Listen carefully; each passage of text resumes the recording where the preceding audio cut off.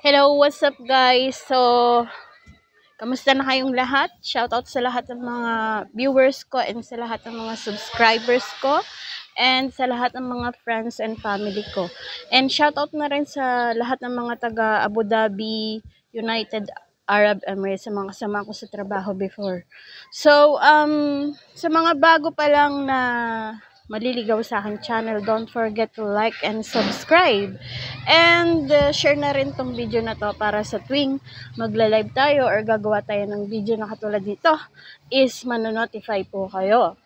And for today's video guys is ipapakita ko lang sa inyo ang isa sa paggawaan ng mga kitchen cabinet, closet, drawer. And syempre nagagawa din sila ng mga interior design sa inyong bahay, pwede sa condo or sa kahit commercial space kung gusto niyo magpagawa ng restaurant na gusto niyo magkaroon ng magandang design. And doon na rin sa mga malilitang space na gusto niyo magpagawa ng bed frame, loft bed, and secret drawer or whatever you want. They customize everything that you need in any interior design sa inyong commercial or residential space. So, bago tayo mag-start is shoutout ko muna yung ate ko sa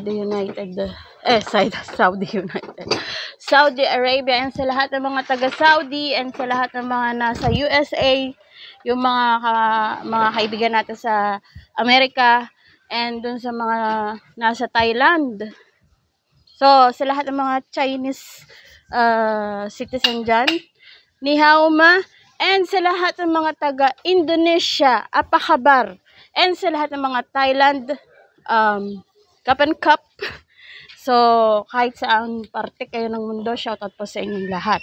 So, itong video na to guys is para pakita ko sa inyo kung paano nila ginagawa ang cabinet. And marami pang iba. So, papakita ko na sa inyo, kaya stay tuned lang kayo.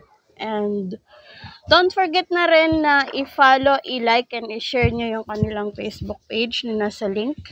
So, umpisa na natin to. This is it.